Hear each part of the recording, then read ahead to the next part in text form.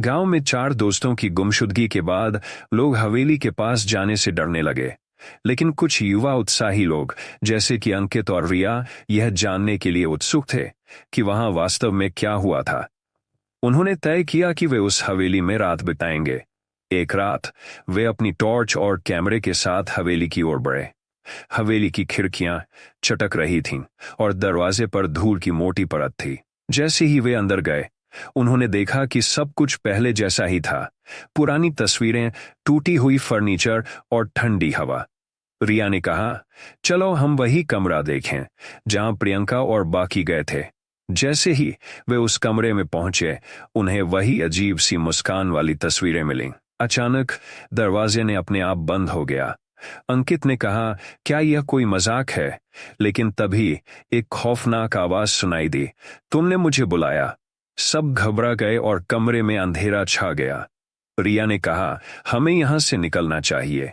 वे दरवाजे को धकेलने लगे, लेकिन वह नहीं खुला। अचानक कमरे के एक कोने से एक साया बाहर आया उसने कहा, तुम्हें यहां आओ। साए की आंखें चमक रही थीं और उसकी आवाज में गहराई थी। रिया ने कहा, हम सिर्फ जानना चाहते थे कि क्या हुआ। साया बोला, तुम्हारे दोस्त यहां फंसे हैं। अगर तुम निकलना चाहते हो तो तुम्हें एक राज जानना होगा। अंकित ने पूछा, राज क्या है? साया ने बताया, यहां एक पुराना खजाना छिपा है, लेकिन जो भी इसे लेने की कोशिश करेगा वह या तो पागल हो जाएगा या खो जाएगा।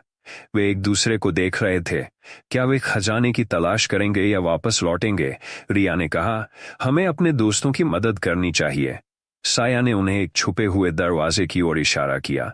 दरवाजा खुला और वे एक सीढ़ी पर चढ़ने लगे। सीढ़ी के अंत में एक पुराना तहाना था। वहां चारों ओर सोने के सिक्के और बेशकीमती जुए। लेकिन जैसे ही उन्होंने सिक्कों को छुआ, अंधेरे में से चीखें सुनाई देने लगीं। यह हमारा खजाना है, साया की आवाज गूंजने लगी। अंकित और रिया घबरा गए। अचानक जमीन में दरारें पड़ने लगीं और वे फिसलने लगे। अंततः रिया ने कहा, हमें भागना होगा। उन्होंने बिना सोचे समझे सिक्के छोड़ दिए और दौड़ने लगे। जब वे बाहर निकले तो दरवाजा अपने आप बंद हो गया। लेकिन अंधेरे में उन्होंने एक आवाज सुनी, तुम लौट आए हो, लेकिन क्या तुम फिर आओगे?